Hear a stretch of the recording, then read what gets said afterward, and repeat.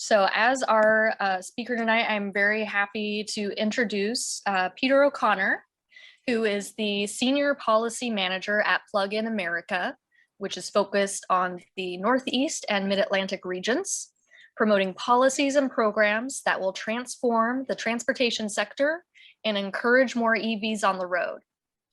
Prior to Peter's work at Plug-in America, he was a postdoctoral fellow at the Union of Concerned Scientists, researching how electric vehicles and renewable energy can work together on the grid. He has over 10 years of experience working on energy and environmental policy and technology issues. He holds a PhD in geography from Boston University, where he completed a dissertation on energy transitions in societies.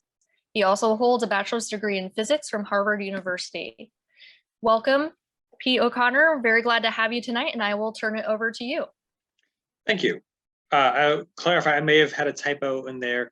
Plug-in America is nationwide. Well, my focus is the Northeast and Mid-Atlantic. We are a national organization based in LA, so we do America as a whole. I'm based in Boston and the Boston area, and so it works well to cover this part of the country. And I will soon be able to go out and go to conferences and get tote bags and eat pastries and talk EVs with everybody. But right now we're doing everything virtual. And so here we are. So Plug-in America is a national nonprofit organization.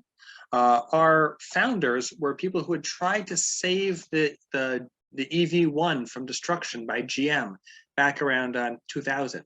And these activists formed this organization that was incorporated in 2008. So our members are passionate EV drivers and many of the early adopters. We are the leading national voice promoting and accelerating the rollout of plug-in cars. We include both plug-in hybrids and pure electric vehicles in that category. And our members give us the world's deepest pool of experienced EV drivers with many years of experience and millions of miles driven. We reach out to our members for surveys on battery performance over time, on the issues with charging infrastructure, and a number of other topics. So we rely on that member base to inform our decision making. I was asked to talk about some actions you can take to reduce your carbon footprint. Well, some obvious ones are walk or bike. Although we support electric vehicles, we recognize they are not the only solution to decarbonize transportation. Walking and biking active transportation modes are excellent options that increase your physical fitness. And when I was working at UCS, as was mentioned in my bio, I biked from Newton to Cambridge every day. The weather was nice, and not the most hardcore biker, but I was in great shape that summer and fall from walking and biking.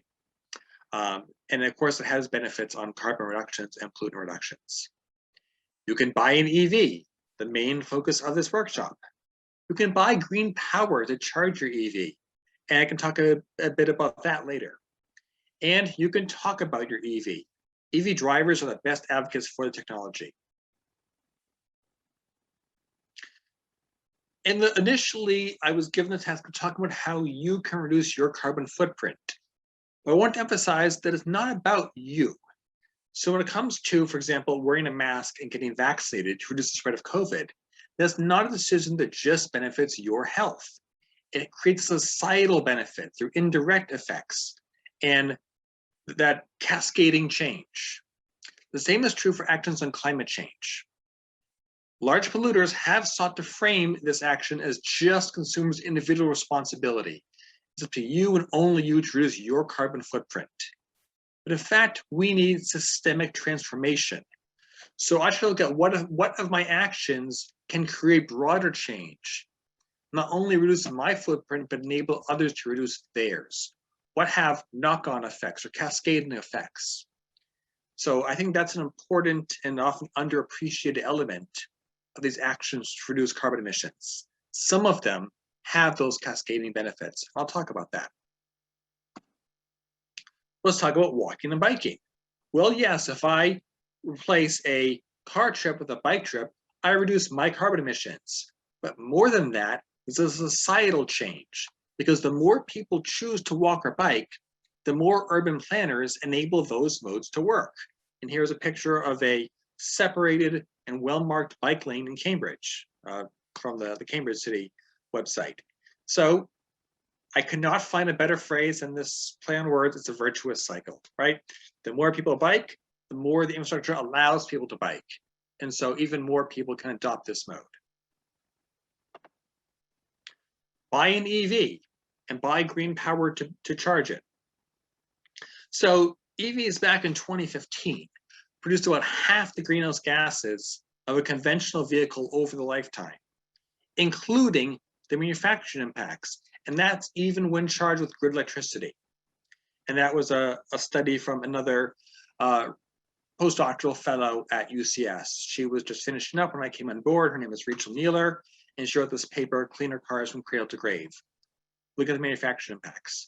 Of note, the grid has gotten much cleaner since then by retiring many coal plants and shifting a lot of battery manufacturing to the United States, where they are made with our much cleaner grid rather than being manufactured using a more coal-heavy grid like in China.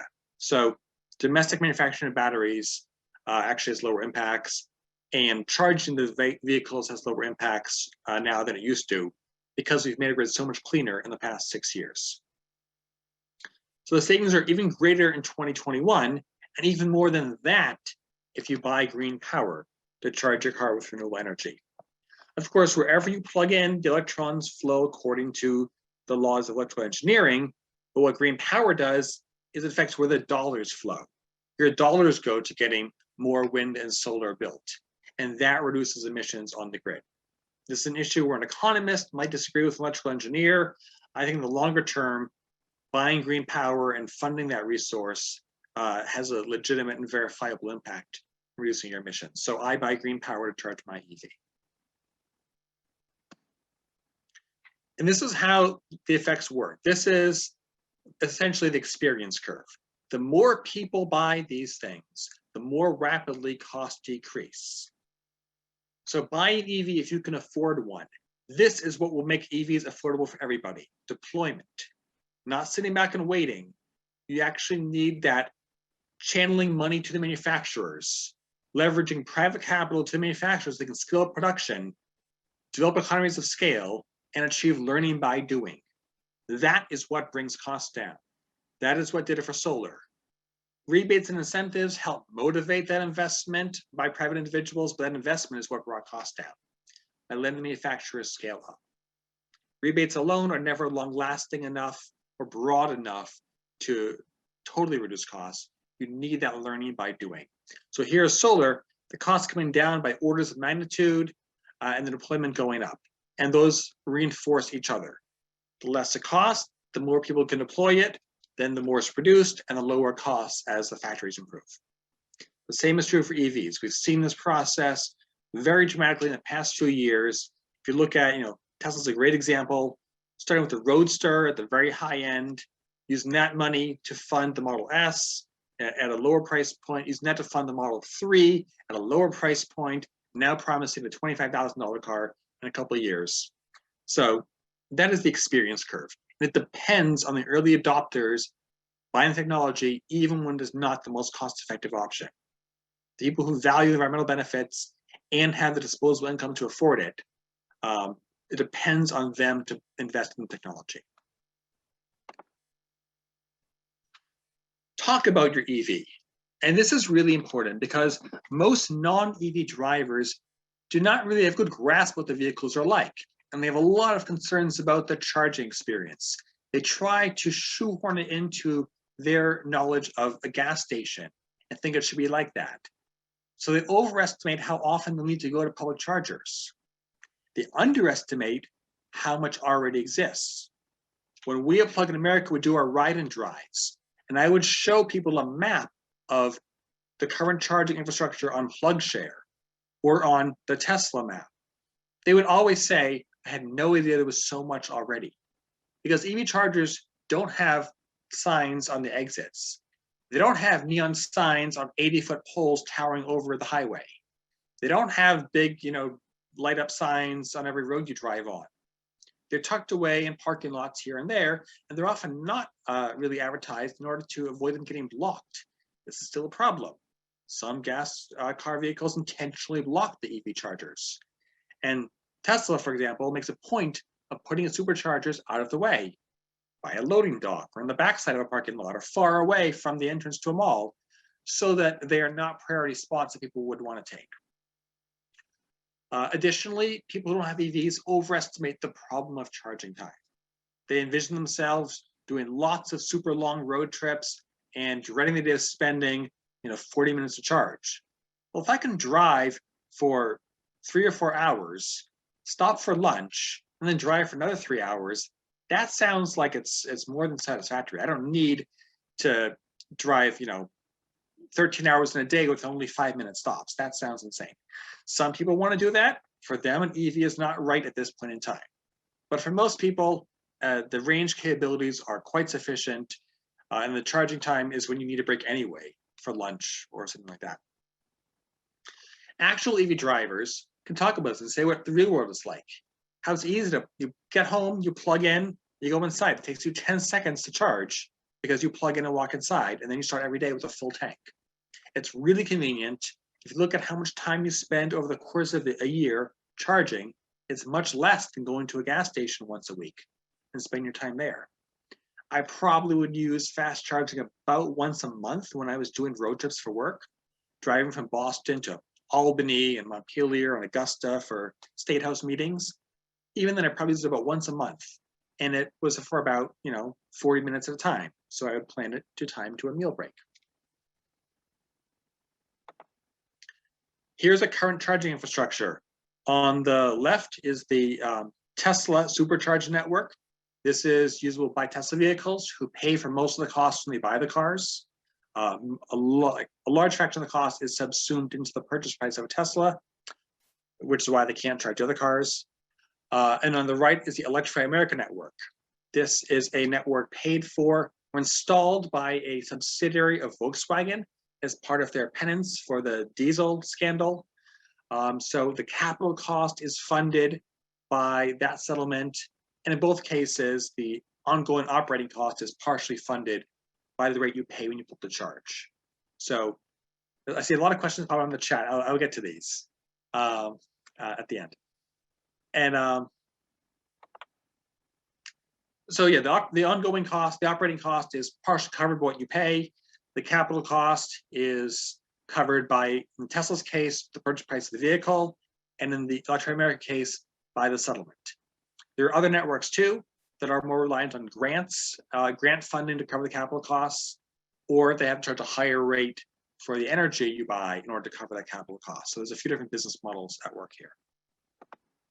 But the point is, there's extensive infrastructure. You can go coast to coast with an EV. So how do you buy an EV?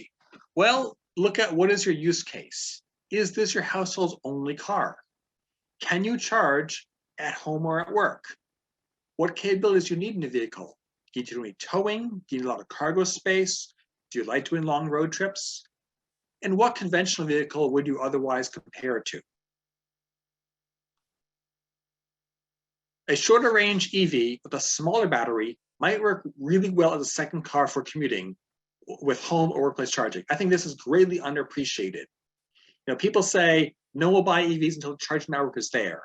Well, every garage with a 120-volt outlet has an EV charger. Like they can all be plugged in to an ordinary wall outlet in the garage.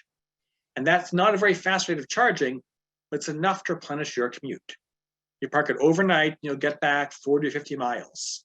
So if your commute is 20 miles, that's completely recharged. And maybe even a little bit more than that overnight if you have an efficient car, like a Bolt or a Leaf. You can probably get back 50 or 60 miles with a Bolt or a Leaf overnight.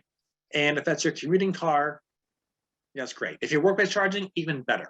You can have a longer commute and plug in at work. You don't have to have the EV do everything if it's your second car. And that's, I think we could have far more EVs on the road right now than we do if they don't expect to do everything right away. Most households do not need 2 long-range EVs. Yes, a long-range Tesla Model 3 is a great car for doing road trips. But, we had the Model S and a Leaf. So that if I was away for the day in Albany or Montpelier, my wife could get the kids to school or go to the grocery store or whatever with the Leaf. It was not as good a road trip car, but it didn't have to be. If you need a truck options are coming. We've heard about the Ford. I'm hopeful they'll produce in large volumes. Rivian is coming even sooner. And then we're going to see more trucks from other manufacturers in the next few years. They are a much harder case. They need about twice the batteries of a sedan because of the larger size and weight and the worse aerodynamics and the towing needs. Altogether, about double the batteries, so it's going to cost a lot more. Ford is pricing very aggressively. We'll see how that works out for them. And then consider, do you want to do the dealership model, which is the traditional automakers, or direct sales? So companies like Tesla sell direct rather than through dealerships. We have a website, plugstar.com. This is not in the slides. I emailed the society ahead of time, so I don't know if it'll be included. You can write it down. Plugstar.com has a tool that will walk you through your needs and compare the different vehicles. It can even give you a comparison of the EV to a gas equivalent. In some cases, this won't save you money, but I encourage you, if an EV works for you and you value these benefits, to buy one anyway. Because by buying an EV now, you are driving that learning curve. You're bringing costs down for everybody, and you're reducing carbon emissions. So yes, it can give you a cost analysis. Not everyone's going to come out ahead financially, but the people who didn't early on are what have gotten EVs as affordable as they are so far. And there's a lot more progress to be made. So that's all the prepared material I have, which gives us a lot of time for this. Okay. All right, so let's start with these questions and see how far we get. Why doesn't the EV industry agree on one supercharger standard that everyone can use for 30-minute charging? 30-minute charging would depend on how big your battery is. What would charge a Nissan Leaf in 30 minutes will not charge the Ford F-150 Lightning in that time. The Lightning will have a much larger battery and need much more power to charge in 30 minutes. Well, you don't want a Leaf pulling up and blocking that high-powered charger when it doesn't need to. If there's a lower-powered one the Leaf could use, that's probably good for it. So I would really envision a range of chargers at any given station. The higher-powered one for the big trucks, the lower-powered ones for the ones that don't need as much, and you would price them accordingly. Because these things carry a cost. Higher powered charger has a higher capital cost and higher demand charges from the utility. So it's going to cost more to operate. And so I think it makes more sense to have some lower powered ones for the cars that don't need super fast charging, and the higher powered ones. And in terms of the plug standard, Tesla's business model requires, it rolls the capital cost of the chargers into the cost of the vehicles. They've offered other automakers to join in. Those other automakers have not accepted the deal. Perhaps because they knew there would be publicly funded stations. I don't know. But their car, everyone can use the same level 2 charging. That is the public chargers you might find at a stadium or some malls or a cinema, a place where you're parked for a couple hours. That's level 2 charging, is 240 volts. They do have a standard on that. But the reason why we don't have a single fast charger standard, it comes down to the business models. There really is not a viable business model for fast charging as a gas station model. The most successful networks so far have a different means of covering their capital cost. And so that, I think, is the reason why we don't have a standard yet. Tesla would probably have to charge about triple to someone who didn't buy one of their cars in order to recoup the capital cost of the station. What about the environmental impact of mining for the mineral for EV batteries? Yes, there is an impact. There are consortiums and compacts that try to reduce this impact. There are standards that we are trying to get the industry to agree to. Earthworks is a group that we've worked with. One of their executive director is one of our board members. And she's quite clear about the fact we need to reduce these impacts, especially the local impacts on the communities where they're mined. But climate change has an undeniable impact that will be far more severe, and we need to move quickly on decarbonizing transportation. And we can't let the perfect be the enemy of the good. So EVs right now are good. They're not perfect. We can try to make them better through these compacts and standards. And Earthworks is a group that I would refer you to for that. People also ask me about the mineral supply, which I think has been pretty well proven to be a non-issue repeatedly in every sector where it was raised as a concern, that high prices for critical minerals result in more resources being developed or people striking a deal. Julian Simon and Paul Ehrlich kind of made this pretty clear with their bets in the 80s that I don't believe an absolute mineral supply limitation is going to be an issue. It's rather the impacts of the mining that we need to address. And so I support these compacts to address that. Does leaving your car charging overnight diminish the life of the battery? No, I don't believe it does. Leaving it unplugged and idle for a long time can reduce the battery charge, the state of charge. But I don't think leaving it plugged in and charging reduces the life.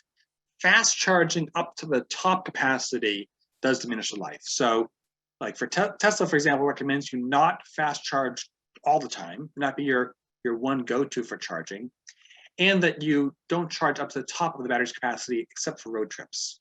So for day-to-day driving, go up to like 90% of the battery's capacity. And that's a pretty good practice for extending your battery life. And EVs have gotten really good about reducing this degradation. Some of the early generation Nissan Leafs had worse problems in this regard, but since then there's been a lot of improvements on managing the charging, balancing the state of charge in the cells, having the optimal temperature for charging, reducing dendrite formation. So the industry has really made advances in battery lifetime. That's been a very significant improvement. Great to see the charging network. Will really be important to communicate this better, especially for evolving one car per family model. I don't know. Sometimes there's two people who both work and need to commute to work in different locations. We got two cars. We went to a two-car household when I was doing trips for work, and my wife had to get the kids places when I was away. Maybe we could just relied on rentals for those cases. There weren't such frequent trips.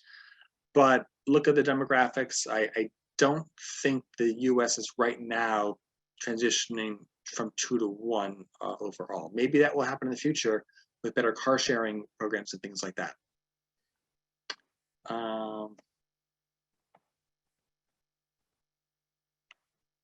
I currently live in a city where having a place to plug in overnight at home would be an enormous luxury.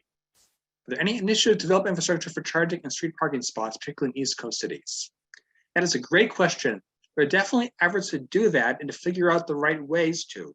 There are a lot of issues with the National Electrical Code. People want to put in chargers on streetlights. And then they have to figure out, do we have to modify the National Electrical Code to allow that?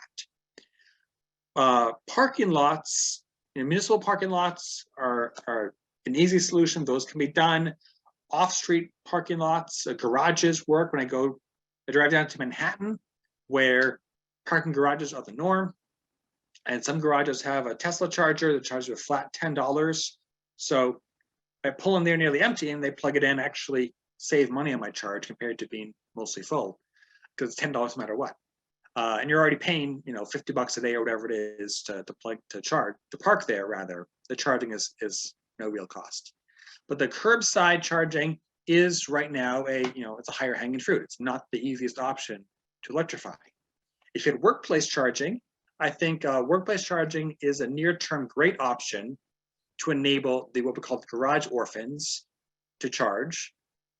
And another solution is proximity fast chargers. So putting in Tesla's case, they have urban superchargers in some cities that are meant for their residents of that city who don't have charging. They're not meant for the intercity travel, meant for local residents without a place to charge where they park. And those charge at a bit lower rate. It's a good place, like by a grocery store, where you go once a week. You plug in the grocery store, you're there for 40 minutes and you get a full charge. Other issues to solve, the electrical code, the spare capacity on the circuits is not so great. There's a lot of electrical work needed, and digging and trenching in cities is expensive. But Electra America is also trying to solve this. They're also putting in fast chargers in cities for people who live there. So the question is fast or slow? Do you want to rely on, a few parking spots having level 1 or level 2 charging that's slow? or have a place that's more like the gas station where you go once in a while to charge up.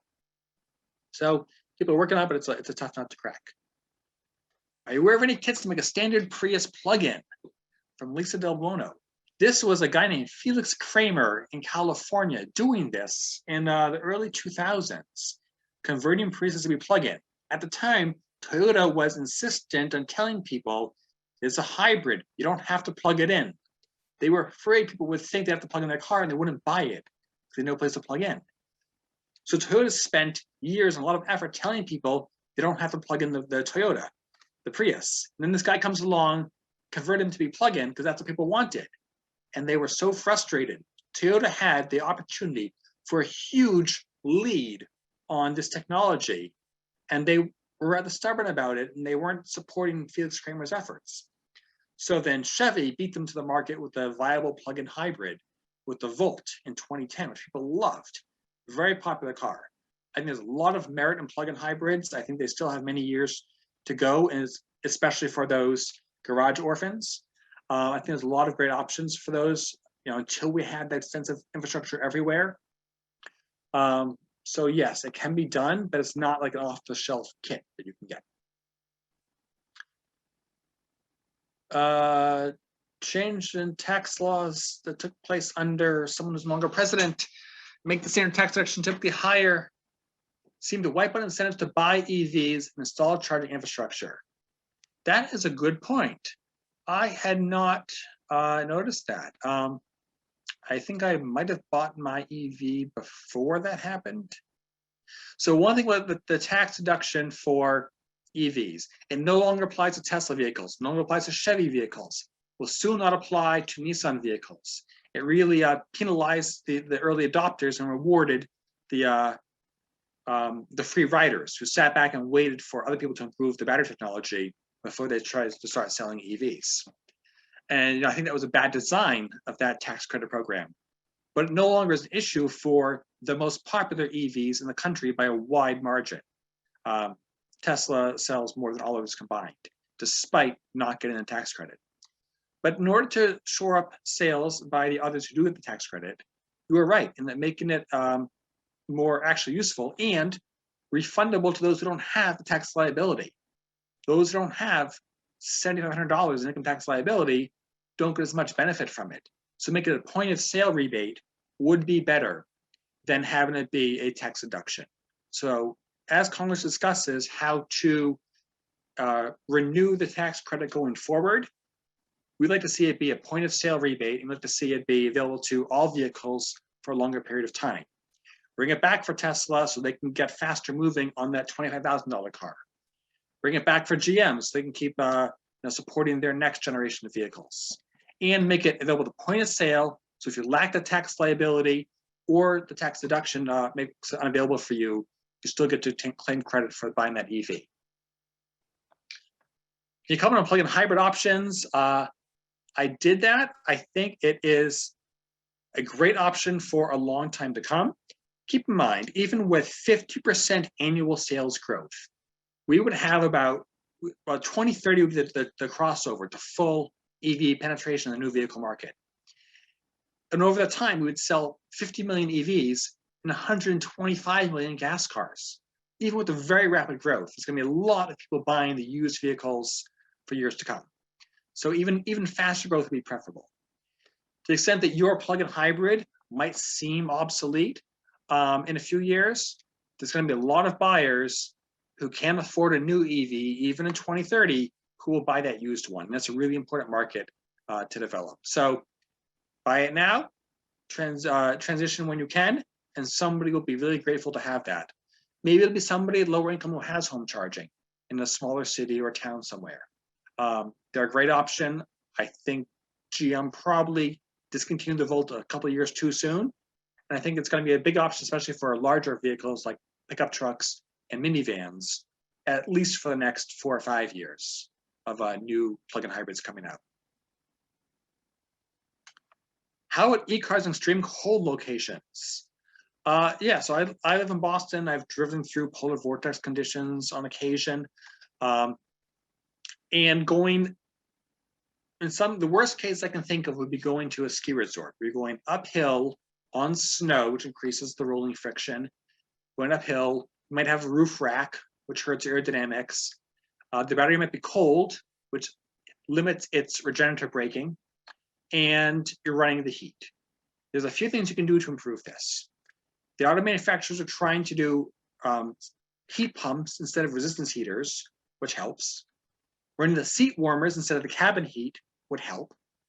Precondition the battery before you start driving, that is, warming it up while it's plugged in before you go, will keep it able to do the regenerative braking.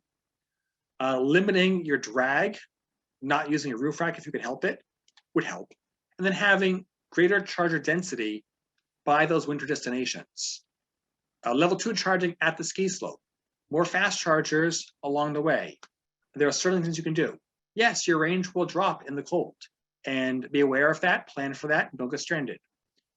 Plan on, the worst cases, maybe half your range, but maybe you'll lose a third of your range. You'll be only 2/3. So be conservative in your trip planning. Don't plan on getting there with 5% left, you won't make it. So we want to see greater charger density in those locations and plan for it. It's not, right now, yes, it is a slight drawback, it can be dealt with. And instead, Europe is moving to battery exchange rather than charging stations. Can you elaborate? I'll believe it when I see it. It's possible. I think people overstate the problem of charging time.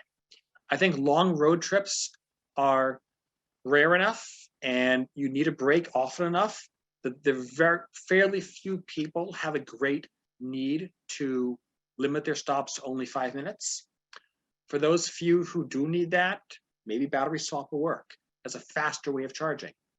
But I think people have tried this and found out that there just wasn't enough demand.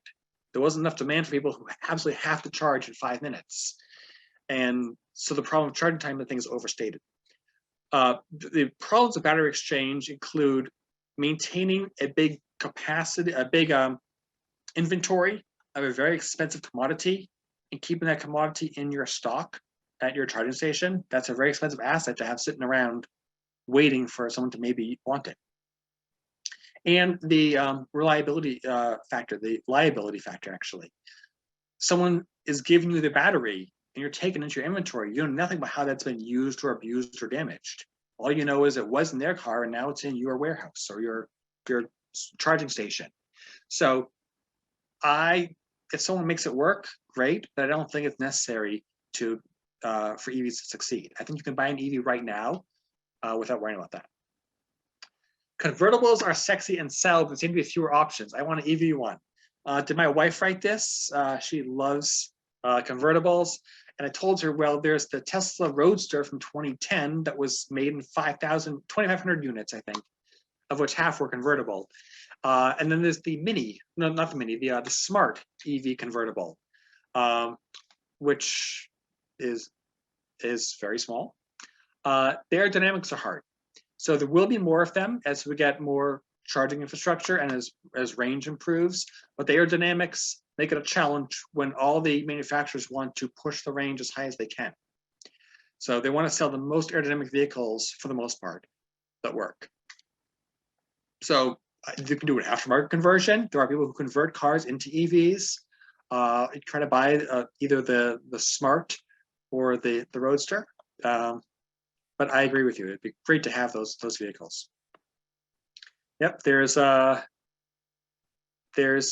Philip Dolan responding exactly to what I just said about the Roadster and retrofitting. All